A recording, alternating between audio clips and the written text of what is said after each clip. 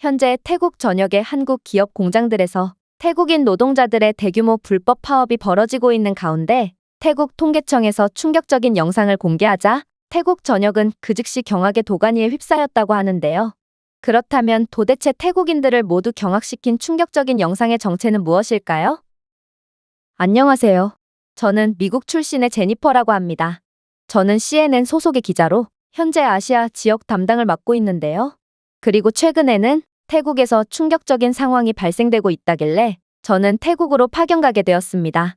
그리고 그렇게 보게 된 태국의 상황은 정말 혼란 그 자체더군요.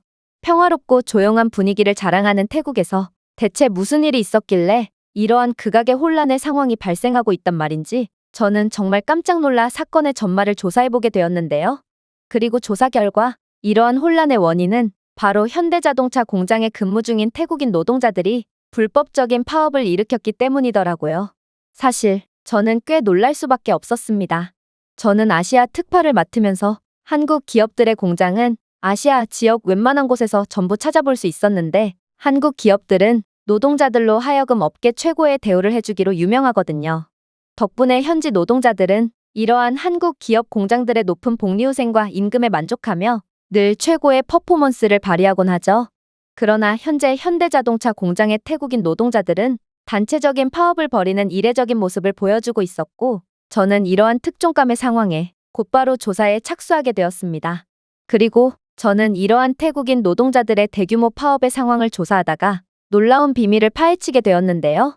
애초에 현대자동차와 태국 정부와의 계약은 시작부터 큰 문제가 있었거든요. 바로 태국 당국은 현대자동차 공장을 유치하기 위해 처음에는 현대자동차 공장에 대한 30년 세금 감면, 무료 토지 제공, 한국인 직원들을 위한 패스트트랙 비자 제공 등을 약속하며 간이고 쓸개고 전부 빼줄 것처럼 행동했으나 현대자동차 공장이 건설되고 가동되자마자 이젠 현대가 태국을 빠져나갈 수 없다고 생각했는지 그대로 말을 바꾸며 약속했던 수많은 인센티브를 무효화시켰거든요. 하지만 현대자동차는 상상 이상으로 대인배였습니다. 이들은 이러한 명백한 계약 위반의 상황에서 국제소송으로 대응하는 대신 태국인 노동자들에 대한 업계 최고의 대우를 약속하며 과거보단 미래를 지향하기 시작했거든요. 정말로 현대는 숙련된 노동력뿐만 아니라 초급 직원에게도 평균 태국 시장 임금보다 30-40% 높은 임금을 지급했는데요. 또한 현대 공장에서 일하는 태국인 노동자들은 분기별 성과 보너스를 받을 수 있었을 뿐더러 현대 측은 노동자들의 가족에 대한 육아와 교육을 돕기 위해 매년 가족 지원금을 지급하기까지 했어요. 현대는 또한 노동자를 위한 에어컨이 있는 공장 환경과 기숙사까지 제공했기에 이건 태국뿐만 아니라 동남아의 공장 근무 환경에서는 절대로 찾아볼 수 없는 매우 이례적이고 특별한 대우였죠.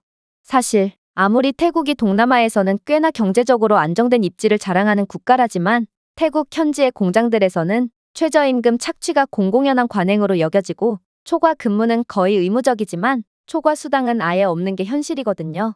물론 대다수의 태국인 근로자들은 최소한의 안전 장비도 없는 환경에서 에어컨이 없는 공장에서 일하고 있고 사고가 빈번하게 발생함에도 부상당한 근로자들은 보상 없이 해고되는 경우가 많은데요.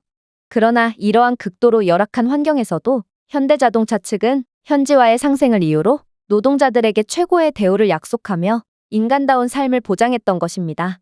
즉, 현대자동차 노동자들이 파업을 벌인 이유는 열악한 근무 환경 때문이 아니란 말이죠. 사실 현대자동차 노동자들이 현재 파업을 벌이는 이유는 그야말로 늘 인간다운 대접을 해주는 한국 기업들을 호구로 봤기 때문이라고 밖에 설명이 안 되는데 태국인 노동자들은 늘 다른 글로벌 기업들에서는 잠자코 일하지만 현대자동차 등의 한국 기업에서만큼은 1년에도 몇 번씩이나 대규모 파업을 벌이며 은혜를 원수로 갚는 행동을 해왔거든요. 태국인 노동자들의 파업 주기도 매우 계획적이었는데 현재 현대자동차는 유럽연합 국가들과의 대규모 전기차 계약을 앞두고 있는 상황이거든요. 즉, 태국인 노동자들은 자신들의 파업 요구를 들어주지 않으면 현대는 유럽 물량 공급에 차질이 생겨 더 큰 손해를 볼 수밖에 없다는 것을 알고 계획적으로 대규모 파업을 벌였던 것입니다. 태국인 노동자 측은 이미 이 지역에서 가장 높은 임금을 받고 있음에도 불구하고 현재의 임금의 35%를 즉시 인상할 것을 요구했고 이에 더해 주당 28시간으로 단축된 주 근무 시간을 요구하기까지 했는데요. 이에 한술 더 떠 이들은 태국의 노동 규범까지 초과하는 무제한 유급 병가와 14개의 추가 유급 휴일을 요구했을 뿐만 아니라 현대자동차 공장에 대한 수익 공유까지 요구했다는 사실이 알려지게 됩니다. 이건 근무 환경이 좋은 인류의 선진국에서조차 볼 수 없는 말도 안 되는 요구 조건이었기에 태국인 노동자들은 정말로 한국을 호구로 보고 한국을 한탕 뜯어먹기 위해 작정을 하고 파업을 벌이고 있다는 사실을 알 수 있는데요. 특히나 태국인 노동자 측은 한국인 관리자들은 이곳 공장을 지역에서 가장 근로자 친화적으로 만드는 정책을 시행했음에도 불구하고 한국인 관리자를 전부 태국인 관리자로 대체하라는 믿기지가 않는 조건까지 내걸었기에 저는 이들이 정말 제정신으로 이러한 요구를 하는 것인가 싶어 학을 뗄 뿐이었습니다. 저는 기자로서 그동안 많은 파업 현장에 나가봤지만 이런 말도 안 되는 요구를 하는 경우는 한 번도 못 봤고 특히나 태국 같은 중진국 내지 개발도상국의 노동자들이 선진국에서도 못 볼 법한 복지를 바라는 건 듣도 보도 못했거든요. 특히나 저는 태국인 노동자들은 현대자동차 측에 자신들의 요구를 들어주지 않으면 국제 외신의 인권 침해로 투고하겠다며 협박까지 했다는 자료까지 입수했는데요. 결국 저는 이러한 미소 뒤에 숨겨져 있는 태국인들의 뒤통수에 완전히 혀를 내두르고 말았죠. 그런데 현대자동차는 이에 대해 놀라운 대응을 하기 시작하더군요. 바로 10여 차례나 지속된 태국인 노동자들의 크고 작은 파업에서 현대는 그동안은 이들의 요구 조건을 묵묵히 들어줬으나 이번에 라용 현대자동차 공장 담당자는 충격적인 성명서를 공개했거든요. 현대자동차는 배신에 대해 단호하게 대응할 것입니다. 사실 태국 정부의 계약 위반과 태국인 노동자들의 잦은 불법 파업에 대해 현대 측은 이를 대응하기 위해 진작부터 공급망 다각화에 대해 준비해왔습니다. 그리고 이제는 새로운 공장이 준비된 상황에서 이제 더 이상은 태국이 필요하지 않게 되었습니다. 배고픈 사람들에게 음식을 줄 때 그것을 친절이라고 부릅니다. 그러나 요구가 더 많아지면 탐욕이 된다는 사실을 태국인들은 반드시 기억해야 할 것입니다. 이러한 현대자동차의 전례 없는 강경한 대응에 태국 노동자 측은 매우 당황하기 시작했어요. 그도 그럴 것이 태국 동부 경제회랑에 위치한 현대자동차의 초현대적인 공장은 120만 평방미터 이상에 걸쳐 있으며 18,000명 이상의 태국 근로자를 직접 고용하고 있거든요. 특히나 현대의 또 다른 약 7만 개의 일자리가 현지 공급업체, 물류회사, 유지보수 제공업체, 공장 인력을 서비스하는 중소기업을 통해 간접적으로 창출되었는데요. 또한 매년 약 1조 5천억 원이 현대의 넉넉한 급여, 보너스, 주거, 의료 및 훈련 프로그램으로 인해 지역사회에 유통되며 현대 공장이 없을 때는 빈곤에 시달려야만 했던 가난한 나용 마을 전체가 현대 덕분에 번영하는 도시 중심지로 변모한 상태였죠. 실제로 수출, 임금, 세금, 국내 소비 등 현대자동차 공장 하나만 해도 태국 GDP의 약 8%를 차지할 정도로 막대한 영향력을 끼치고 있었고 그야말로 현대가 철수한다는 건 태국 입장에서는 지옥 구덩이에 스스로 기어들어가는 것과 별반 다르지 않은 상황이라는 것입니다. 이뿐만이 아니라 현대가 출범한 이후 LG에너지솔루션, SK이노베이션 등 배터리 제조업체를 포함해 약 40개의 한국 기업이 태국 경제에 총 56억 달러 이상을 추가로 투자했을 뿐더러 현대라는 글로벌 대기업의 네임밸류를 믿은 다른 글로벌 기업들, 특히 일본, 유럽, 미국의 반도체 및 AI 기술 기업과 같은 글로벌 기업들은 이전에 간과되었던 태국 지역에 투자를 쏟아붓기 시작했는데요. 그야말로 현대는 태국을 아세안의 디트로이트로 탈바꿈시켰고 현대는 단순히 돈을 가져온 것이 아니라 미래를 가져왔던 것입니다. 그런데 이렇듯 현대는 태국 경제에 막대한 영향력을 끼치고 있었음에도 태국인들은 고마움이라는 감정 자체를 못 느낀 채 태국인 노동자들은 불법 파업을 일삼을 뿐만 아니라 태국 당국은 이를 눈감아주고 현대자동차 측과의 계약 위반을 밥 먹듯이 한 상황에 결국 현대는 특단의 조치를 취하게 되었던 것이죠. 그리고 그렇게 현대가 공급망을 다각화했다는 구체적인 정보를 공개함과 동시에 태국 전역은 완전히 경악의 도가니에 빠지기 시작했습니다. 현대자동차 측은 태국 공장을 즉각적으로 폐쇄한 뒤 남아시아, 특히 파키스탄과 스리랑카로 완전히 공장을 이전할 것을 선포했거든요. 현대는 이미 파키스탄 라오르 외곽에 2조 원 규모의 스마트 공장을 건설한 상황인데요.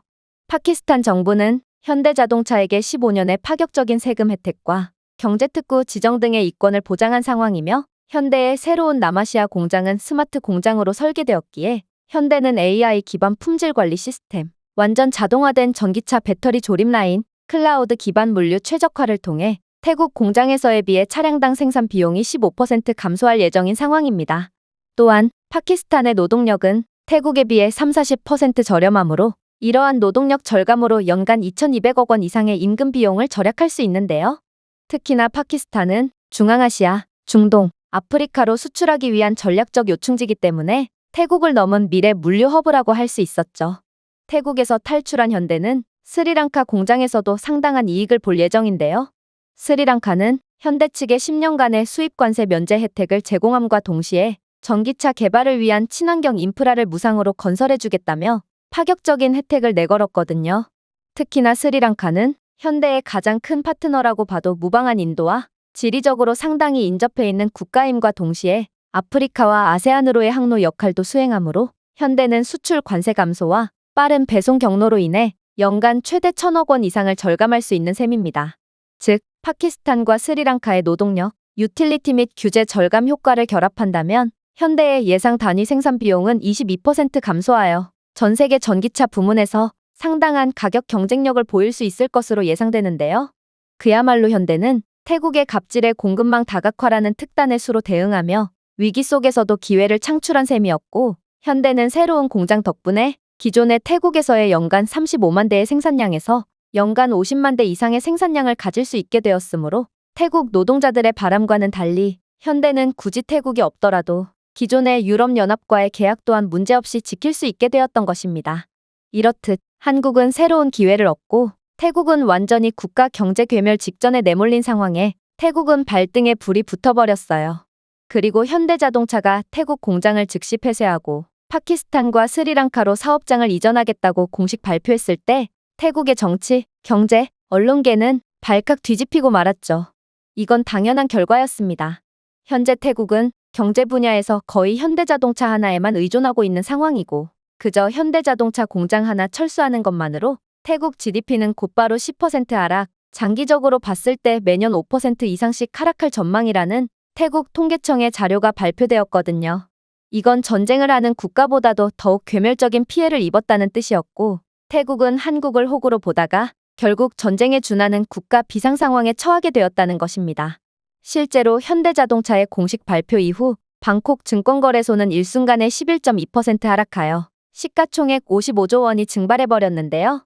또한 주요 신용평가 기관들은 태국 국가 신용 전망을 안정적에서 부정적으로 대폭 하향 조정했기에 태국은 앞으로 있을 투자까지 전혀 받지 못하게 되었죠. 블룸버그 통신은 태국은 한수만의 산업적 신뢰를 완전히 잃었습니다 라고 보도하며 태국의 국가 붕괴 직전의 상황에 애도를 보인 것을 보면 태국은 국가 창립 이래 가장 큰 위기에 처했다고 볼 수 있었습니다. 그리고 한국은 더 이상 호구가 아니며 현대가 정말로 철수한다면 자신들은 그대로 80년대로 돌아가며 흙만 파먹고 살아야 할 것임을 잘 알게 된 태국 불법 파업 노동자들은 이제야 정신을 차리고 곧바로 시위 주제를 변경했는데요. 그들은 임금과 처우를 개선하라는 내용이 적힌 팸플릿을 이렇게까지 될 줄은 몰랐어요. 제발 떠나지 마세요. 한 번만 더 기회를 주세요 라고 바꿔서 적고 이젠 현대의 마음을 돌리기 위한 사과의 시위를 벌이기 시작했거든요. 특히나 몇몇 파업 노동자들은 대열에서 이탈하여 현대자동차 공장보다 50% 적은 임금을 지불하는 태국 현지 공장에 지원을 하기도 하는 등 이들은 그야말로 황금알을 낳는 거위에 배를 가른 대가를 톡톡히 치르게 된 상황입니다. 태국 정부 측 또한 현대가 정말로 태국에서 철수할 것은 꿈에도 생각 못했는지 태국 산업부 장관은 현대자동차가 태국에서 철수 입장을 밝힘과 동시에 압력을 받아 결국 사임까지 하게 되었는데요. 이렇듯 현대자동차 공장을 다시 되돌리려는 태국 정부의 노력에도 현대 측은 배신자에겐 국물도 없다는 듯 충격적인 행보를 보일 뿐이었습니다. 이들은 아예 태국 정부와 협상 테이블에 앉기 자체를 거부한 채 그대로 공장 장비만을 철수시킬 뿐이었거든요. 특히나 태국 정부 측은 현대자동차의 20년간의 세금 면제와 더불어 토지 및 전기 보조금을 지급하고 또 불법 파업을 억제하기 위해 정부가 직접 보증을 서겠다고 선언하며 완전히 자존심을 내려놓은 듯한 태도를 보였는데요. 내부 정보에 따르면 이러한 파격 제안에도 불구하고 현대자동차 측이 여전히 대화를 거부하자 태국 총리는 직접 서울에 연락을 취해 현대자동차가 제발 태국을 나가지 않도록 조치를 취해달라며 거의 구걸을 하듯 빌었다고 했습니다. 이는 현대자동차 공장 하나가 태국 정부보다 우위에 있다는 것을 뜻하는 사건이었기에 저는 현대자동차의 국가를 초월하는 위상과 영향력에 감탄을 함과 동시에 그렇게나 자신들에게 필요한 존재였음에도 허세를 부리다가 기회를 날려버린 태국 측이 한심해서 혀를 끌끌 찰 뿐이었죠. 하지만 정말로 소름 돋는 상황은 그 다음 날 일어났습니다. 한국인 공장 감독관들이 최종적으로 태국 공장을 빠져나가려고 하자 수백 명의 태국인 파업 노동자들이 이들을 가로막으며 제발 자신들을 떠나지 말아달라며 무릎까지 꿇고 빌었거든요. 특히나 몇몇 태국인 노동자들은 철수하는 한국인 임직원들을 납치해서 인질로 삼으려는 시도까지 했기에 저는 이들의 죽기 살기로 한국인들의 철수를 막으려고 하는 상황에 두려움마저 들었어요. 아무래도 이들도 현대 공장이 철수한다면 마치 현대 공장이 들어서기 전에 아무것도 없는 가난한 빈민가의 모습이 그대로 재현될 거라는 것을 잘 알고 있는 모양이었고, 그래서 한국인 임직원을 납치하려고까지 시도한 모양이었죠. 특히나 현재 태국의 틱톡에는 불법 파업을 주도했던 태국인 노동자들이 현대 공장 인사팀 건물 밖에서 비를 맞으며 무릎을 꿇고 조아리는 모습까지 돌아다니고 있기에 이러한 괴멸적인 상황은 태국 전역에서 큰 화제가 되며 모든 태국 지역들을 장례식의 분위기로 만들어버렸습니다. 그러나 현대는 이러한 태국인들의 구걸을 본 척도 안 하며 전부 묵살해버렸고, 저는 이러한 현대의 단호한 태도에 베트남이 생각나서 공포에 질릴 뿐이었어요. 사실 한국은 태국 이전에 베트남에 많은 투자를 한 국가로 한국 기업들은 베트남의 저렴하고도 젊은 노동력의 메리트를 느껴 많은 공장을 지었는데요. 그러나 베트남 노동자들은 태국 노동자들처럼 걸핏하면 불법 파업에 베트남 정부도 이를 눈감아주며 계약 위반을 밥 먹듯이 했기에 결국 한국 기업들은 베트남 공장에 대한 대대적인 철수 조치를 취해버렸죠. 한국 기업들이 철수하자 베트남은 한국 덕분에 이어나갔던 성장세가 완전히 꺾이며 그야말로 개발도상국 단계에서 성장 동력이 멈춰버렸는데요. 이러한 괴멸적인 상황에 베트남은 정부 차원에서 한국 기업들에게 머리를 조아리며 용서를 구했지만 한국은 한번 뒤통수를 친 상대에겐 국물도 없는 냉철한 국가였고, 그렇게 베트남은 한국의 뒤통수를 친 대가로 폭삭 주저앉은 경제를 지금까지도 회복하지 못하고 있습니다. 아무래도 한국은 노동자들에게 최고의 대우를 해준다거나 각종 현지 상생 정책을 통해 약자를 도와주는 착한 국가지만 한번 자신들을 배신한 상대에게는 피도 눈물도 없는 잔인한 국가인 모양이었고, 저는 이러한 한국의 선례를 떠올린 뒤 아무래도 태국은 이런 냉혹한 한국을 건드린 대가를 반드시 치를 수밖에 없을 거라고 생각할 따름이었죠. 하지만 태국이 정말로 걱정해야 하는 점은 따로 있습니다. 태국에겐 현대자동차 공장 철수로 인한 직접적인 피해보다 더 큰 피해가 남아있거든요. 바로 현대를 믿고 태국 시장에 진입한 글로벌 기업들은 현대가 태국에서 발을 빼자마자 죄다 철수 선언을 하고 있고, 특히나 진행 중이던 계약도 죄다 취소하는 상황이 펼쳐졌기 때문입니다. 사실 현대 자동차는 동남아시아에서 가장 야심찬 산업 지역인 태국 동부경제회랑에서 10년 넘게 핵심적인 역할을 수행해왔습니다. 이 회사의 존재는 단순한 일자리뿐만 아니라 정당성을 가져왔고, 태국의 현대 공장이 설립되면서 글로벌 투자자들은 안심하고 태국으로 진입할 수 있었거든요. 그러나 현대가 철수한 지금의 태국은 불안정성만이 남은 투자 부적합 국가로 전락했죠. 블룸버그는 신흥경제국을 대상으로 적색 지수를 발표했는데 현대 철수 이후 태국은 베네수엘라에 이어 노동 불안정성과 외국인 투자자 위험에서 2위를 차지했는데요. 다국적 기업들은 태국을 공급업체 온보딩 목록에서 제외하고 있으며 여러 벤처 캐피털 회사들 또한 태국에서의 포트폴리오를 죄다 철수하고 있는 상황이죠. 독일의 지멘스만 해도 태국 최초의 AI 기반 스마트 팩토리 네트워크를 구축하기 위해 1조 원을 투자하려고 했는데요. 그러나 현대철수 이후 이들은 태국의 예측할 수 없는 노동 환경은 더 이상 지멘스의 리스크 관리 기준과 일치하지 않는다라며 태국 측의 불법적이고 불안정한 노동 환경에 유감을 표했고, 결국 지멘스가 계약을 파기하면서 50개가 넘는 태국 중견 자동화 회사들이 파트너십을 잃고 400개의 엔지니어링 일자리 파이프라인이 하룻밤 사이에 사라지고 말았습니다. 그러나 태국 전역을 지옥의 도가니 속에 빠뜨렸던 가장 충격적인 점은 따로 있었습니다. 태국은 대표적인 친일 국가이고 이들은 일본을 최후 방국이자 우상이라고 생각하지만 현대가 철수함과 동시에 자신들이 그렇게나 믿었던 일본 기업들이 가장 먼저 발을 빼겠다며 죄다 나가버렸거든요. 파나소닉은 태국의 차층4호에 새로운 태양광 인버터 조립 라인을 짓기로 계획했고 5천억 달러를 투자할 예정이었지만 결국 현대 사건으로 인한 불안정성을 느낀 파나소닉은 라인 건설이 착수되기 전에 계약을 파기해버렸는데요.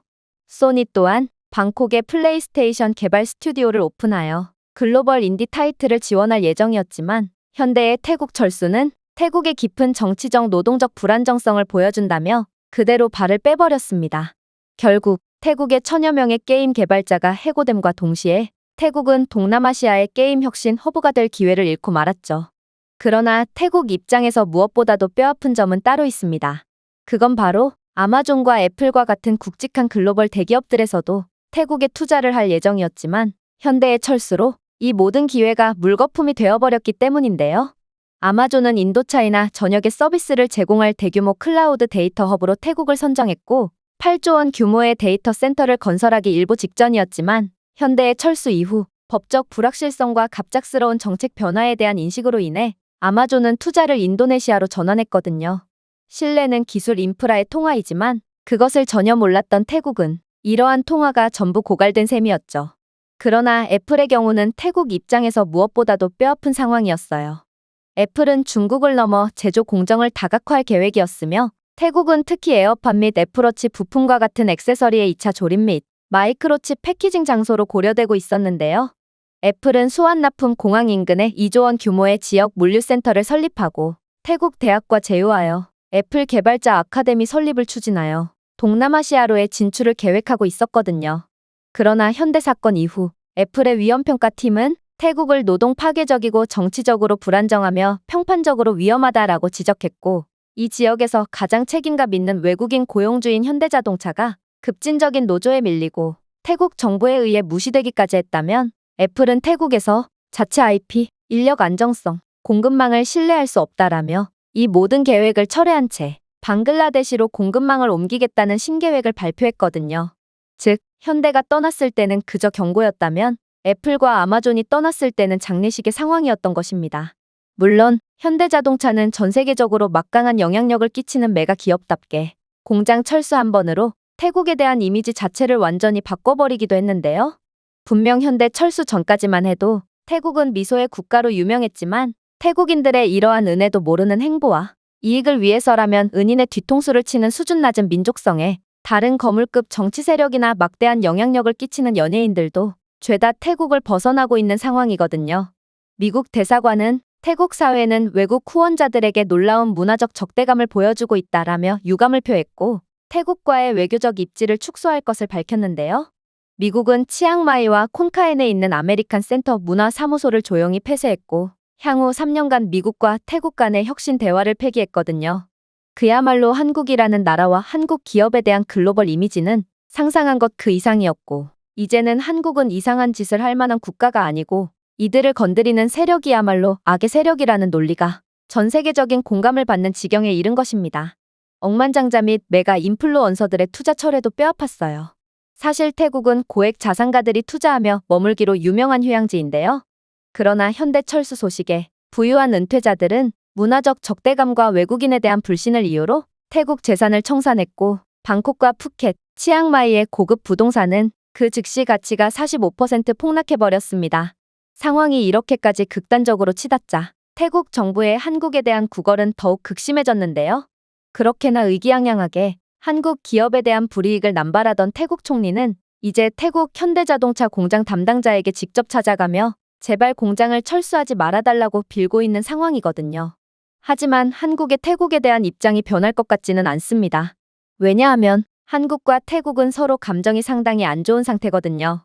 현재 양국을 오가는 관광객 수는 거의 90% 이상으로 줄어든 상태인데 이러한 극단적인 양국의 관계 악화의 시발점의 역할을 한 건 바로 한국의 태국 국적자에 대한 입국 요건 강화였습니다. 지난해 태국의 유명 인플루언서나 고위 관계자가 한국에 입국을 시도했다가 거절당했던 사례가 공개되면서 태국 내에는 한국은 인종차별을 하는 국가라며 비난의 물결이 일기 시작했거든요. 급기야 태국인들은 전국적인 한국 여행 보이콧을 촉구하기 시작했고 한국 기업에 대한 항의로 시작된 운동은 순식간에 한국과 전체를 공격하는 잘못된 캠페인으로 확대되었어요. 태국인 활동가들은 태국 인플루언서들에게 한국 브랜드 홍보를 취소하고 유명인들에게 한국 드라마를 보이콧하며 여행객들에게 한국을 완전히 피하라고 촉구했는데요. 하지만 이에 대한 전 세계의 반응은 싸늘했어요. 태국인들이 한국을 거부하는 이유들 중 어느 것도 이성적이거나 도덕적으로 이해되지 않았거든요. 한국은 태국 국적자들의 대규모 불법 체류 이후 비자 절차를 강화하기 시작했기 때문입니다.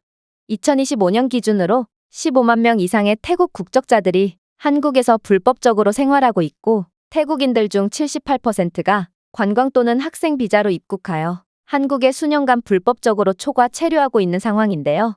특히나 한국에 입국을 거부당한 태국인 메가 인플루언서나 고위 공직자들은 알고 보니 K에타 신청을 하지 않았던 것으로 밝혀져 오히려 이들에게 잘못이 있는 상황이었어요. 심지어 한국은 과도한 체류를 용인하고 대량 추방을 최대한으로 피하며 자발적인 귀환 프로그램까지 제공하는 등 불법 태국인들에게도 매우 관대한 조치를 취해주었는데요. 하지만 법을 어기는 사람들로부터 국가를 보호하기 위해 입국 요건을 강화하는 것은 차별이 아니라 환대 남용에 대한 대응임에도 태국은 자국민들이 한국의 법을 어겼을 때는 불평하지 않고 모른 척으로 일관했지만, 한국이 자국의 국경을 지키자 분노가 폭발하는 기괴한 반응만을 보일 뿐이었어요. 특히나 한국에 불법으로 체류하는 태국인들은 합법적인 일이 아닌 불법적인 일에 종사하며 한국을 병들게 하는 경우가 많았기에 태국인들의 반한 감정은 더더욱 이해가 안 가는 상황이었는데요. 이들은 주로 한국에서 약물 판매를 주도하며 한국을 약물 청정국의 지위를 박탈당하게 했을 뿐더러 온라인 불법 도박이나 성 관련 범죄 등에 깊숙이 관여하며 한국을 완전히 병들게 하고 있었습니다. 특히나 한국이 이러한 입국 요건 강화 및 불법 체류자 추방에 박차를 가할 때 한국은 수천 명의 불법 체류 태국인을 적발하여 쫓아냈음에도 태국 언론은 이를 외국인 혐오라고 주장하는 말도 안 되는 논리를 들이밀기도 했죠. 저는 이러한 태국의 도저히 이해할 수 없는 행보를 보고 왜 현대자동차의 철수에 전 세계 국가들이 현대자동차를 따라 태국에서 철수하는 것인지를 곧바로 이해할 수 있었는데요. 한국의 대응은 너무나도 평화적이었고 신사적이었거든요. 만약 제 조국인 미국이었다면 이렇듯 남의 국가에 피해를 준 외국인 불법 체류자들을 죄다 구속시키거나 아예 해당 국가 출신의 입국객들을 전부 입국하지 못하도록 조치를 취했을 게 분명하거든요. 그러나 한국이 보여준 신사적인 대응 방식은 이 나라가 왜 전 세계적인 신뢰를 받고 있고 또 존경을 받고 있는지를 명확하게 이해하게끔 했고, 저는 이렇듯 알면 알수록 호감이 가는 한국을 보고 이런 나라를 괴롭히는 태국에 상당한 반감을 느낄 수밖에 없었습니다. 물론 전 세계인들이 저와 같은 생각을 가지고 있겠죠. 이러한 태국인들의 이해할 수 없는 수준 낮은 행동은 결국 그 대가를 치르게 되기도 했는데요. 사실 한국인은 태국에서 가장 구매력이 높은 외국인 방문객이지만, 한국을 방문하는 태국인들은 한국에 그다지 이익이 되지 않는 가난한 손님들이거든요.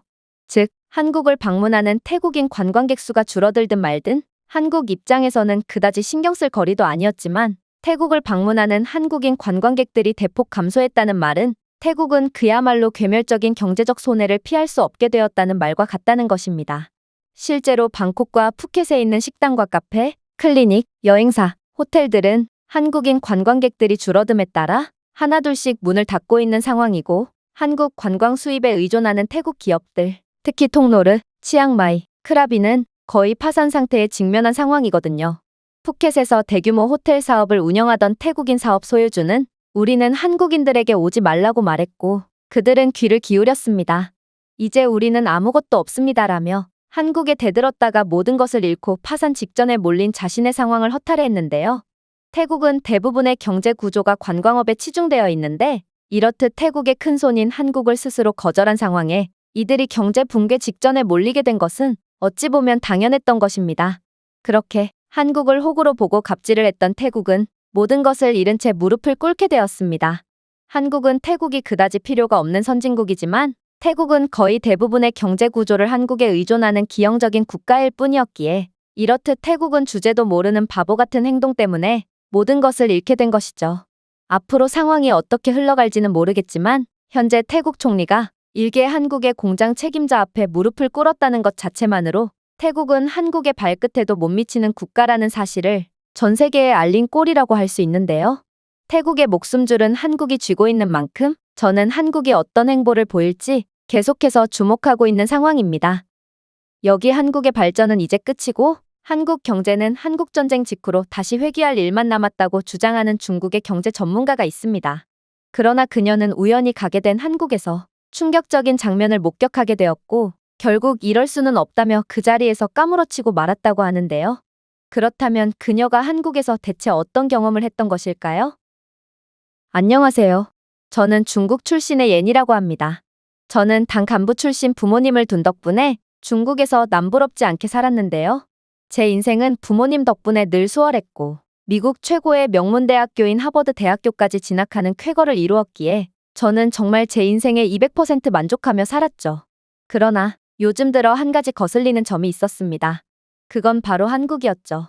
그도 그럴 것이 요즘 미국에서의 한국의 영향력은 상당히 거슬리는 수준에까지 이른 상황이거든요. 미국 번화가 어디를 걸어도 흘러나오는 K-팝에 광장에는 K-팝 댄스나 한국 음식 문화 행사가 열리고 있고 심지어 대학교 캠퍼스 내에서도 하루가 멀다 하고 한국 문화 행사가 열리고 있는 걸 보면 중국 출신인 저로서는 뚜껑이 제대로 열릴 수밖에 없었습니다. 생각해보세요.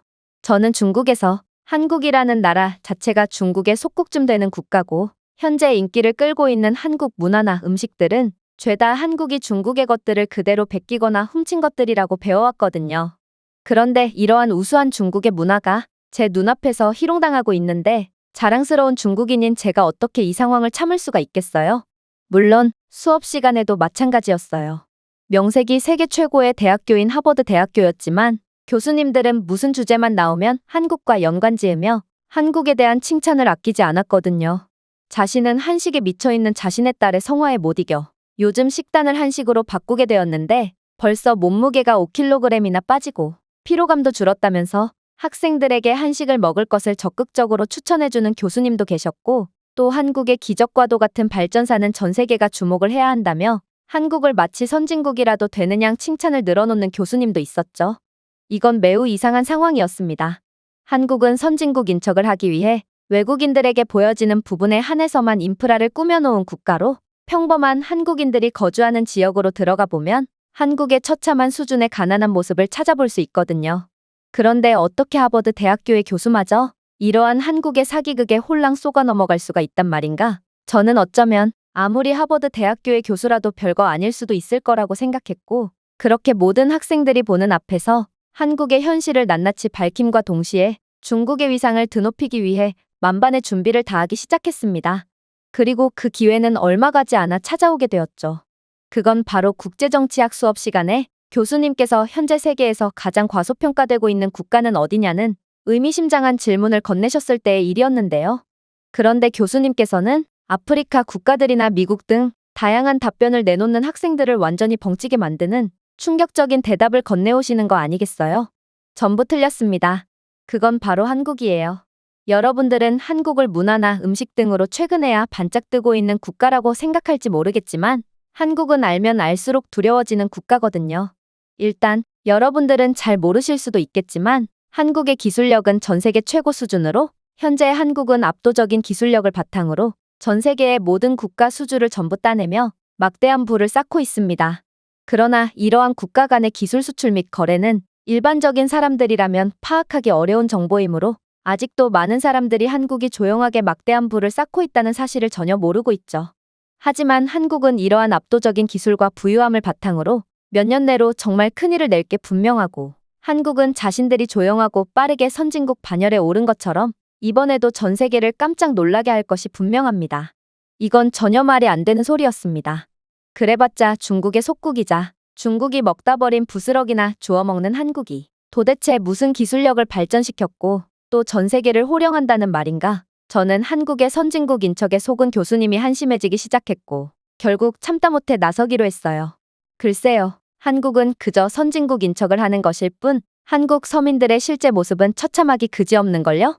한국의 GDP가 높은 이유는 그저 삼성이나 현대 같은 몇몇 대기업 때문에 높아 보이는 것일 뿐이며 한국은 그저 미국이나 일본 같은 자신들의 동맹국들에 의존하며 빌붙기나 하는 국가거든요. 즉, 한국은 잘 사는 것처럼 보이지만 알고 보면 이들만큼 위태로운 경제구조를 가진 국가도 없고 교수님은 이러한 한국의 선진국 행세에 완전히 속고 말았다고 할 수 있어요. 그런데 교수님은 도저히 제 논리를 파회할 수 없을 거라고 생각했던 것과는 달리 이내 전혀 생각지 못한 충격적인 답변을 건네오는 거 아니겠어요? 혹시나 했더니 또 중국 학생이군요. 도대체 중국인들은 어떤 교육을 받았길래 그런 황당무계한 주장만을 반복하는지 저는 벌써 그 질문만 각기 다른 중국 학생들에게 5번이나 받았어요. 그리고 그 5명의 중국 학생들 모두 제 질문에는 도저히 답변하지 못하더군요. 자, 제가 학생과 같은 논리로 질문을 해보겠습니다. 학생의 주장과는 달리 한국은 통계를 보더라도 중소기업들도 상당한 경쟁력을 갖추고 있고 결과를 내고 있는 국가지만 중국 경제야말로 정말로 소수의 대기업들에만 의존하고 있는데요. 중국 경제의 상당 부분이 화웨이, 텐센트, 비아디와 같은 국영 기업에 의존하고 있거든요. 하지만 중국은 경제 수준을 놓고 보자면 아직도 개발도상국 수준을 벗어나지 못하고 있습니다. 그렇다면 중국은 개발도상국에서도 꼴찌 수준의 극악의 빈민국이라고 봐도 무방한가요? 한국은 중국과는 달리 반도체, 자동차, 조선, 그리고 케이팝과 게임, 드라마 등의 엔터테인먼트 분야에서 수출 호조를 보이며 고도로 다각화된 경제를 가지고 있기에 애초에 학생의 논리는 전제부터가 잘못된 수준 낮은 주장이지만 말이에요. 그리고 한국이 미국과 일본과 같은 국가들의 빌부터 살고 있다고요? 글쎄요. 한국은 사실 세계 경제의 선두주자이며 세계에서 가장 큰 무역 흑자를 기록하고 있습니다. 한국은 반도체, 전기차 배터리 등에서 첨단 기술 수출을 주도하고 있으며 오히려 미국과 일본이 이러한 한국의 기술력에 의존하고 있죠. 당장 한국이 반도체 수출을 막는다면 일본과 미국의 공장뿐만 아니라 전 세계의 공장이 그대로 가동 중지되고 말거든요. 그리고 그렇게 된다면 중국은 가장 큰 피해를 입게 되겠죠. 중국은 한국의 기술력에 가장 큰 의존을 하고 있는 국가거든요. 그래서 중국은 한국과의 관계에서 항상 쩔쩔매고 있는 것입니다. 즉, 학생의 주장은 완전히 잘못되었으며 오히려 중국이 한국의 기술력에 빌붙으며 국가의 경제 구조 자체를 한국에 전적으로 맡긴 기형적인 국가라는 말입니다. 저는 교수님의 주장에 완전히 얼이 빠질 수밖에 없었습니다. 이건 도저히 예상치도 못한 답변이었고 중국의 공영방송이나 학교 시간에 배운 한국은 중국에 의존만 하는 가난하고 기술력도 없는 국가라는 내용과는 정반대되는 논리였거든요. 그래서 저는 현재 중국이 기술 수출로 상당한 부를 누리고 있는 점을 강조하며 그래봤자 전 세계는 중국의 소나기에 있다고 주장하며 상황을 무마해 보려고 했는데요. 그런데 교수님은 이런 저를 보고 고개를 가로젓더니 이내 경악을 금치 못할 말을 해오는 거 아니겠어요? 분명 중국은 인건비가 없는 저가 정책을 사용하며 상당한 경쟁력을 보이는 듯했죠. 그런데 학생은 그러한 중국의 저가 정책도 한국에 의해 완전히 박살이 났다는 사실을 알고 있나요? 정말로 중국은 유럽의 각종 기술 강국들마저 압도적인 가격 경쟁력으로 이기는 듯 싶었으나 한국은 중국의 담당 사육사답게 이번에도 전 세계를 어지럽히려는 중국을 완전히 제압해버렸거든요. 일단 그 대표적인 예가 바로 멕시코의 고속철도 수주 사업이었습니다. 멕시코는 수도인 멕시코시티와 과달라하라를 연결하는 고속철도 프로젝트의 국제 입찰을 발표했고 멕시코는 30조 원이라는 고속철도 사업치고는 이례적으로 막대한 금액을 내걸었거든요. 사실 이러한 멕시코의 과감한 입찰은 많은 의미를 내포하고 있습니다. 멕시코는 혼잡을 줄이고 관광과 사업을 통한 경제 발전을 촉진하기 위한 530km의 장거리 노선을 원했고 이 철도 노선은 분명 관광사업 촉진과 멕시코 최대 산업 중심지와 비즈니스 중심지 간의 무역 연결성을 강화하여 멕시코에 많은 경제적 이익을 안겨줄 것이 분명했거든요. 또한 30조 원이라는 막대한 금액도 금액이지만 이번 멕시코와의 계약을 따낸다면 추가적으로 이어지는 보상도 상당히 달콤했습니다. 왜냐하면 멕시코는 생각보다도 훨씬 중요한 국가이기 때문이죠. 일단 멕시코는 많은 인구를 보유한 거대한 경제 규모를 가진 국가로 라틴 아메리카를 대표한다는 상징성을 갖고 있습니다. 이는 추후 라틴 아메리카 국가에 추가적인 인프라 사업을 벌이는데도 상당한 이점으로 작용할 게 분명했죠. 라틴 아메리카 국가들은 대부분 1인당 GDP가 낮은 저개발 국가들이고 이 말은 아직도 개발할 것들이 상당히 많이 남아있기에 많은 기회가 남아있는 곳이라는 뜻이거든요. 그리고 그러한 연쇄 국가 수주의 시작점이라고 볼 수 있는 멕시코와의 이번 계약을 성사시키는 국가는 라틴 아메리카의 인프라 미래를 장악하며 추후 30년은 놀고 먹을 수 있는 막대한 이권을 얻게 된다는 뜻과 다름이 없었습니다. 라틴 아메리카 국가들은 1인당 GDP는 낮아도 인구수가 상당히 많아서 생각보다 경제 규모가 매우 크거든요. 브라질, 아르헨티나, 콜롬비아 등의 나라가 그 대표적인 예시고 이들은 가난해 보여도 아무튼 막대한 사업 비용을 감당할 수 있는 숨겨진 보석 같은 국가들이라는 말과 동시에 이 계약은 30조 원이 아닌 총 확장 잠재력은 240조 원에 달하는 수준이라는 어마무시한 분석 결과까지 나온 상황입니다. 그리고 이러한 부분은 중국에 있어서 그 무엇보다 중요했죠. 중국은 그동안 남미 국가들에게 1대1로 사업을 벌이며 경제 종속을 강화했기에 이 상황에서 멕시코까지 넘어온다면 대륙 장악이라는 중국의 원대한 꿈이 현실화될 가능성도 부정할 수가 없는 상황이었거든요.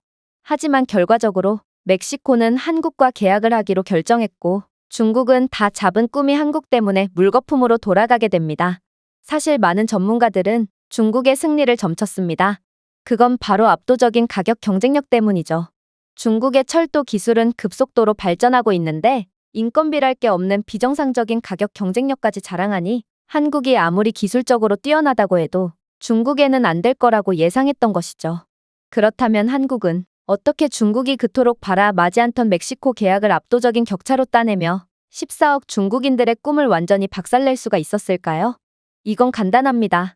한국의 기술력은 생각보다도 훨씬 더 압도적이었고 한국은 특유의 천재적인 지능으로 멕시코가 한국과 계약을 하지 않으면 안 되게끔 충격적인 조건까지 내밀었거든요. 일단 한국의 기차는 압도적인 속도 같은 전통적인 기술뿐만 아니라 AI를 결합한 세계 최고 수준의 기술력으로 멕시코 관계자들을 완전히 매혹시켰거든요. 일단 한국이 개발한 AI 기반 교통관제 시스템은 승객 흐름을 파악하여 열차 운행 빈도를 최적화하고 병목 현상을 방지했는데요. 이는 구식적인 시스템을 사용해서 매우 비효율적인 운행만을 하고 있던 멕시코에 실시간 승객 흐름 분석을 통한 효율적인 교통관제를 제공함에 따라 효율 50% 증대라는 엄청난 이익을 선사했고 인건비까지 감축하는 효과를 보게 했습니다. 물론 한국이 개발한 5G 연결 스마트 스테이션도 압권이었죠. 여러분들은 한국에 가본 적이 있으신가요? 한국의 기차역이나 지하철역에는 모든 발권을 키오스크나 휴대폰으로 하고 있고 키오스크에는 외국인을 위한 다개국어 통역 기능과 여행지에 대한 간접 체험까지 할 수 있는 다양한 AI 기반 추천 시스템까지 존재해 수많은 여행객들을 돕고 있습니다. 그리고 이 스마트 스테이션은 멕시코에도 세워질 예정입니다. 이제 멕시코는 사람이 직접 발권을 해주던 구식적인 시스템을 내려놓고 키오스크를 통한 기차표 자동 발권 및 AI를 통한 각종 여행지에 대한 간접 체험 기능, AI 기반 여행 스케줄 자동 추천 등의 막강한 기술력을 통해 훨씬 더 강력한 관광사업 및 추가적인 수익을 창출하겠죠. 당연히 중국은 이러한 최첨단 기술 따위는 존재하지 않습니다. 이러한 깡통밖에 없는 구식의 기차가 바로 중국이 압도적인 가격 경쟁력을 보일 수 있었던 이유거든요. 또한 한국은 AI 시스템으로 인한 99.9%의 정시 운행률을 기록하고 있지만 중국의 고속 열차는 정시 운행률이 15%에 불과하고 여기에 성능 조작 정황까지 포착된 상황인데요. 그야말로 중국의 기차가 저렴한 데는 다 이유가 있던 것입니다. 하지만 양국의 소름 돋는 차이점은 이제 시작일 뿐입니다. 한국의 철도 시스템에는 실시간 센서 데이터와 머신 러닝을 사용하여 잠재적인 고장을 사전에 감지하는 AI 기반 예측 유지 보수가 포함되어 있거든요. 실제로 한국이 사용하는 열차에는 브레이크 압력, 휠 정렬, 엔진 진동 및 온도를 모니터링하는 수천 개의 센서가 장착되어 있고 AI는 이 데이터를 실시간으로 분석하여 마모 또는 고장의 초기 징후를 감지하는데요. 유지보수 작업자는 고장이 발생하기 전에 자동으로 수리에 대한 알림을 받기 때문에 한국의 기차는 정기적인 점검 및 수리로 인한 중단 시간이 발생할 일이 없어 더욱 안전하고도 효율적인 열차 운행이 가능하다는 소리죠. 특히나 멕시코의 이번 530km의 장거리 노선은 그 규모가 규모인 만큼 효율성이 막대한 장기적인 수익성을 의미하는 상황이었는데 한국의 기술력은 그러한 멕시코의 이익을 극한 수준으로 향상시켜줄 수 있는 구원자와 같은 역할을 수행했던 것입니다. 하지만 역시나 중국은 한국과 같은 기술력을 선보이지 못했습니다. 중국은 모든 수리 및 점검 작업을 일일이 수작업으로 처리해야 하는 비효율을 보여주었을 뿐만 아니라 심지어 중국은 저가의 불량 재료만을 사용해 이에 따른 여러 차례 탈선 사고를 겪은 이력까지 있죠. 그러나 중국은 국가 수주를 하나의 실험장으로 생각하는지 자신들의 저품질 기차 때문에 수많은 인명사고가 발생해도 눈 하나 깜짝하지 않으며 이러한 사고 상황을 하나의 데이터로만 생각하는 인권이라는 것을 아예 고려하지 않는 소름 돋는 태도만을 보여주고 있을 뿐이죠. 저는 교수님의 말에 완전히 경악을 할 수밖에 없었습니다. 그동안 중국에서 교육받았던 중국의 자랑스러운 면모들은 전부 박리담회식으로 거저 얻은 것일 뿐이었다니 이건 도저히 참을 수가 없는 상황이었거든요. 하지만 저는 중국은 다른 가난한 국가들을 위해 여러 지원을 해주는 착한 국가고 세계 평화를 선도하는 국가라고 배워왔고, 실제로 중국은 다른 저개발 국가들을 위해 인프라 지원 사업을 벌이는 중인데요. 그래서 저는 이러한 중국의 착한 면모를 강조하며 중국이 아니면 이 세계는 가난과 불공정의 굴레 속에 빠져버릴 거라며 악을 쓰며 중국의 착한 면모를 어필해 봤습니다. 그러나 교수님은 여전히 저를 한심하다는 듯 바라보기만 했고 이내 충격적인 답변을 해오기 시작하더군요. 중국이 세계 평화를 주도한다고요? 학생은 중국과 거래를 한 국가들이 어떤 운명을 맞이했는지 전혀 모르나 보군요. 중국의 계약에는 숨겨진 비용, 정치적 압박, 부채 함정 위험이 수반되는 경우가 많고 실제로 중국은 1대1로 정책으로 아프리카 등의 가난한 국가들을 도와주는 척하면서 노예로 만들어버렸죠. 스리랑카만 해도 중국이 도움을 제공하는 척했지만 결국 상환하지도 못할 만큼 과도한 부채를 지게 하여 스리랑카의 전략적 요충지인 한반토타 항구를 완전히 빼앗아 버렸습니다. 그러나 한국은 이렇듯 인권 침해 및 불공정 계약으로 다른 가난한 국가들의 경제권을 빼앗아오는 중국과는 차원이 다른 착한 국가입니다. 한국은 오히려 멕시코에 일자리까지 창출해 주었거든요. 중국은 이번 수주에서 자국의 인력만을 고용하고 자국의 자원만을 사용하겠다고 선언했지만 한국은 멕시코 누에보 레온에 현지 현대 로템 공장을 설립하기로 합의하고 열차 부품의 45%를 멕시코에서 생산하겠다며 상생의 의지를 밝혔거든요.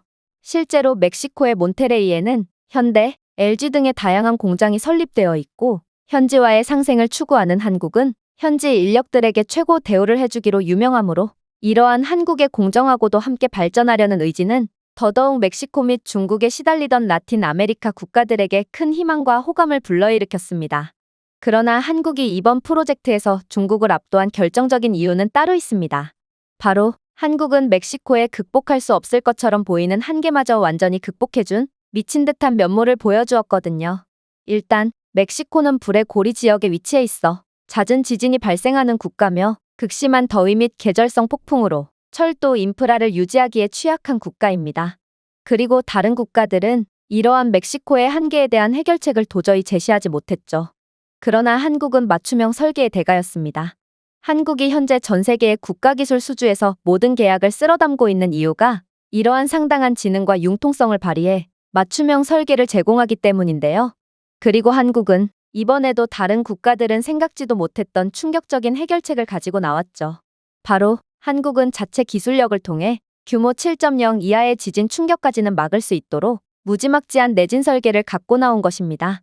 한국은 충격 흡수 트랙을 설계하여 레일 트랙이 지진 충격을 흡수하고 분산시켜 탈선을 방지하도록 했고 자동 지진 감지 시스템을 도입하여 센서는 3초 이내에 진동을 감지하여 자동으로 속도를 줄이거나 기차를 멈추게 하는 괴물 같은 성능을 보였거든요. 특히나 한국의 선로는 레일이 갈라지거나 뒤틀리는 것을 방지하는 특수 확장 조인트를 사용해 어떠한 천재지변이 일어나더라도 변형이나 뒤틀림이 발생하지 않는 안정성을 보여주기로 유명한데요. 이러한 한국의 철두철미한 맞춤형 설계 덕분에 한국은 그간 전 세계의 기차 인프라를 보급해 주었으면서도 단 한 건의 탈선이나 사망사고도 발생하지 않았고 99.9%의 정시성을 보일 수 있는 거였죠. 특히나 한국은 지진이 심한 국가도 아니었기에 이러한 한국의 맞춤형 기술력은 더욱더 각광을 받았는데요.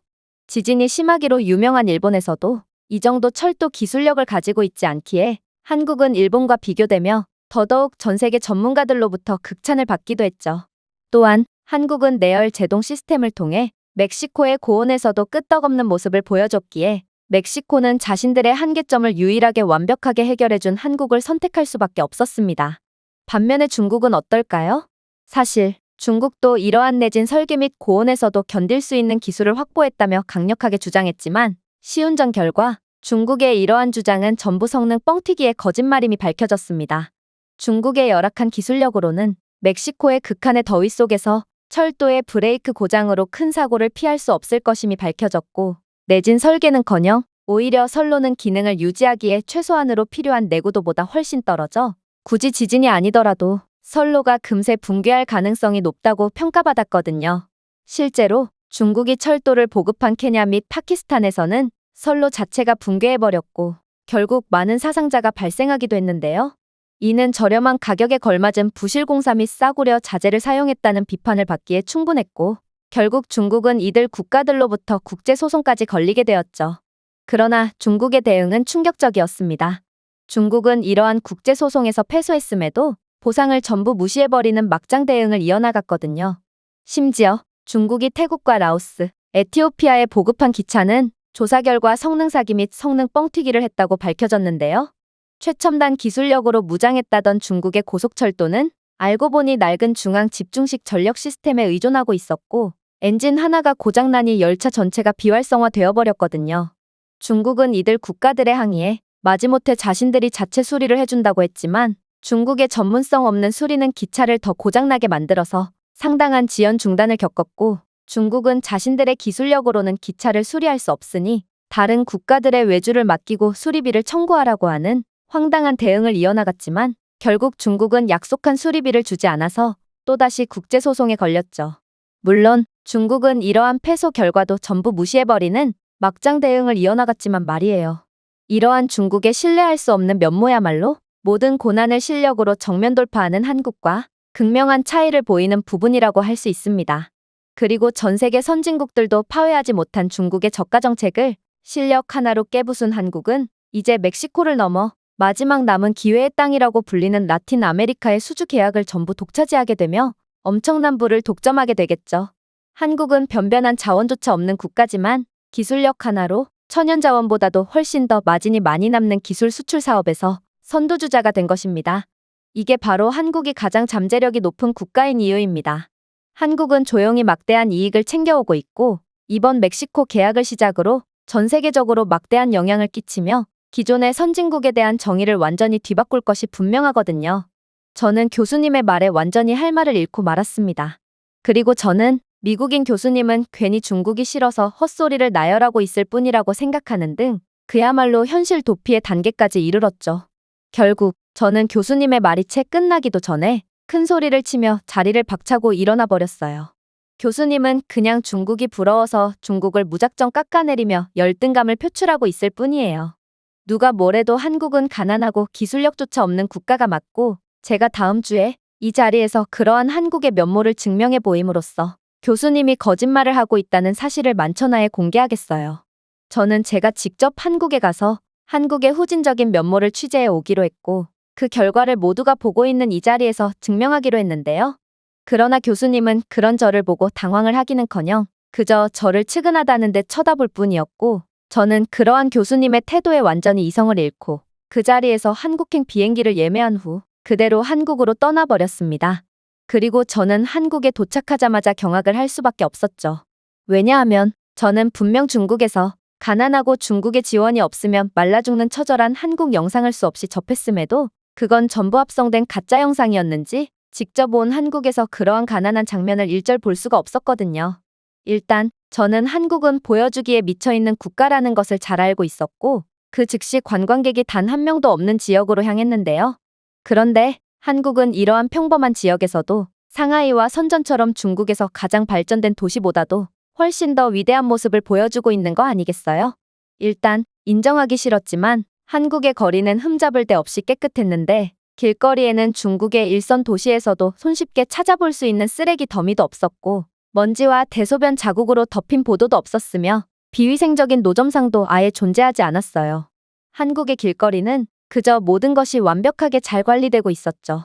이게 어떻게 가능한 일이란 말인가? 이건 중국뿐만 아니라 미국의 부촌에서도 볼 수 없는 극한으로 우수한 모습이었기에 저는 이게 대체 어떻게 된 상황인가 싶어 벙찔 뿐이었는데요. 그런데 저는 이윽고 충격적인 장면을 목격하고 한국은 도저히 제정신이 아닌 나라구나 싶어 완전히 얼이 빠질 수밖에 없었습니다. 왜냐하면 한국인들은 자신들의 쓰레기를 절대로 무단 투기하지 않고 쓰레기통이 보일 때까지 반드시 들고 다니는 믿을 수 없는 모습을 보여주었을 뿐더러 애초에 한국의 길거리에는 청소 로봇이 돌아다니면서 거리의 쓰레기나 먼지를 청소하고 있었거든요. 현재 한국은 청소 인력을 로봇으로 대체하기 위한 시범 사업을 벌이고 있으며 벌써 24시간 연중무휴로 작동하는 AI 기반 청소 로봇을 개발한 뒤 시범 운영하고 있다고 했는데요. 이 자율주행 기술 기반 로봇들은 쓰레기와 먼지 등을 실시간으로 감지하고 제거하고 있다고 했고 로봇은 공공광장이나 상점가, 지하철 입구와 같은 교통량이 많은 지역에 우선 배치되어 청소부의 역할을 수행하고 있다고 했죠.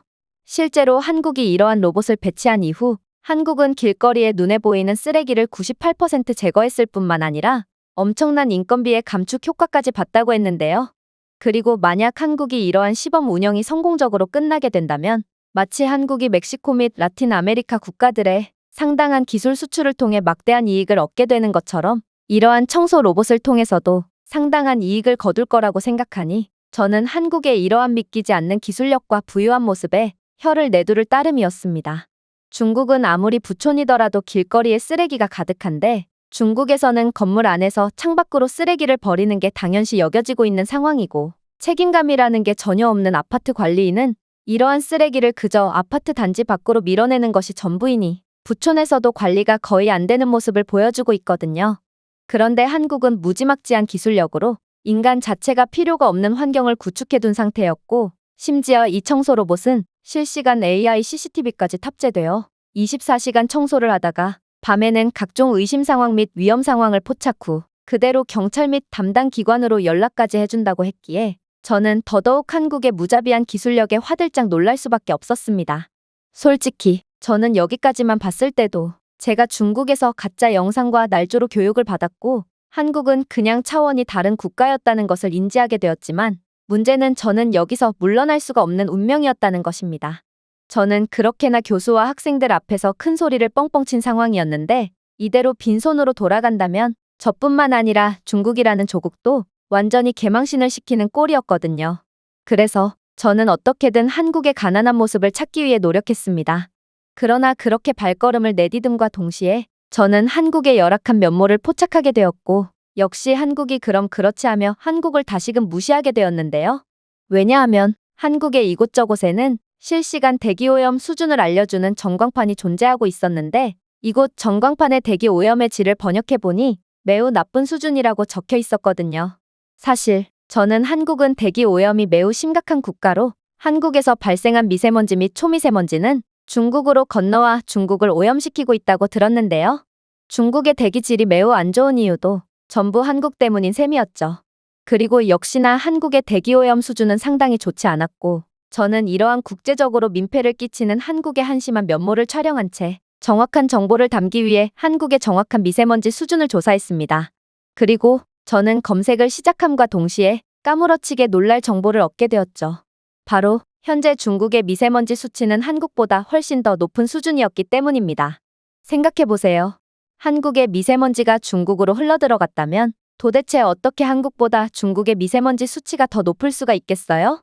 즉, 이건 한국의 미세먼지가 중국에 피해를 주고 있다는 중국의 공영방송의 보도와는 달리 실상은 중국의 미세먼지가 한국에 피해를 주고 있는 상황이었다는 것입니다. 심지어 충격적인 상황은 이뿐만이 아니었어요. 바로 제가 그렇게 믿기지 않는 사실을 포착하고 그 자리에 멍하니 서 있을 때의 일이었는데요.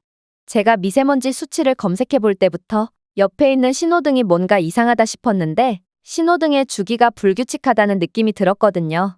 그런데 알고 보니 한국은 전국적으로 AI 기반 스마트 교통 시스템을 구축해둔 국가였고 실시간 차량 흐름 및 유동 인구에 따라 신호등이 실시간으로 자동으로 조정되어 혼잡을 최소한으로 유지하고 있던 거였기 때문에 신호등의 주기가 불규칙했던 거였어요. 이건 정말 말도 안 됐습니다. 도대체 한국은 어떻게 이런 무지막지한 기술을 개발할 수가 있단 말인가요? 나중에 알고 보니 한국은 이러한 최첨단 기술을 통해 출퇴근 시간대의 혼잡도를 무려 50%나 줄이는 미친 듯한 효율을 보여줬다고 하는데요. 그래서 전 세계 국가들에서는 한국의 이러한 스마트 시티 인프라를 수입하고자 줄을 서고 있는 상황이라고 했습니다. 중국은 아예 신호등 자체가 존재하지 않는 도로들도 상당히 많고 무단횡단 및 신호 위반이 일상처럼 벌어지는 상황인데 한국은 그런 중국을 비웃기라도 하듯 이미 두 차원은 격차가 나는 기술력을 선보이고 있던 거였죠. 물론 한국은 그저 평범해 보이는 광고판조차 수준이 달랐어요. 보통 어느 상권의 낮과 밤의 유동인구의 인구 통계는 다른 경우가 많은데 낮보단 밤에 활보하는 인구의 연령대가 높은 게 사실이거든요. 그런데 한국은 이러한 실시간 인구의 연령대를 포착하는 최첨단 광고판을 설치해둔 상태였고 유동인구의 성별 및 연령대에 따라 최적의 맞춤형 광고를 제시하는 충격적인 기술력을 보여주고 있었고 저는 무슨 이런 나라가 다 있나 싶어 완전히 기겁을 할 수밖에 없었는데요. 중국에서는 광고판에 광고를 하는 비용보다 광고판을 든 사람의 인건비가 더 저렴하다는 이유로 번화가에 나가보면 이러한 광고판을 들고 다니는 사람들이 수도 없이 많거든요. 그러나 한국은 그런 중국보다 훨씬 진보된 모습을 보여주고 있던 것입니다. 저는 이러한 평범한 지역에서도 흠잡을 데 없는 모습을 보여준 한국에 완전히 얼이 빠져버렸습니다. 그리고 저는 이대로 무기력하게 대학교로 돌아가서 지금껏 겪어본 적 없는 엄청난 수모를 겪겠구나 싶어 대학교 자퇴까지 진지하게 고민했죠. 그런데 그렇게 한숨을 푹 쉬며 목이나 축이기 위해 편의점에 들어간 저는 그대로 말문이 막히고 말았습니다. 왜냐하면 이 편의점은 직원 없이 무인으로 운영되는 편의점이었는데 한국인들은 감시를 하는 사람이 없더라도 단 한 명도 빼놓지 않고 양심껏 결제를 마치는 도저히 말이 안 되는 모습을 보여주었거든요. 사실 이건 중국인인 저로서는 그 무엇보다도 충격적인 부분이었습니다. 현재 중국에서는 지금의 중국은 예전의 시민의식이 낮은 중국이 아니며 중국인들의 시민의식과 경제 수준이 높아진 만큼 이제 중국도 선진국 반열에 올랐다는 말이 슬금슬금 나오고 있는 상황인데요. 그리고 이러한 중국의 사회적 분위기에 힘입어 중국의 대기업에서는 천문학적인 자본을 투자해서 편의점을 전부 무인 편의점으로 교체하는 파격적인 행보를 보였죠. 만약 이번 무인 편의점이 성공한다면 기업 입장에서는 막대한 운영비 절감 효과를 거두게 되어 장기적으로 봤을 때 상당한 이익을 가져올 게 분명해 보였습니다. 또한 이건 중국의 높은 수준의 시민의식을 전 세계에 보여줄 수 있는 절호의 기회이기도 했어요. 그러나 결과적으로 이 전국적인 무인 편의점 매장은 일주일 만에 전격 철수하게 되었죠. 왜냐하면 중국인들은 무인 편의점이 공개되자마자 하나같이 물건을 훔쳐갔고 결국 편의점은 뼈대만 앙상하게 남아버렸거든요. 마치 곡식을 앗아가는 메뚜기 떼처럼 중국인들은 무인 편의점의 간판마저 전부 떼어가서 철물점에 팔아버렸고 결국 중국 인민들의 선진국에 대한 꿈과 희망은 물거품이 되어버린 것입니다. 물론 이러한 중국의 모습을 집중 취재하던 외신 기자들 또한 중국은 여전히 개발도상국일 뿐이었다는 것을 자신들 스스로 증명했다며 보도를 내보냈고 결국 중국은 국제적인 개망신을 당해버렸죠.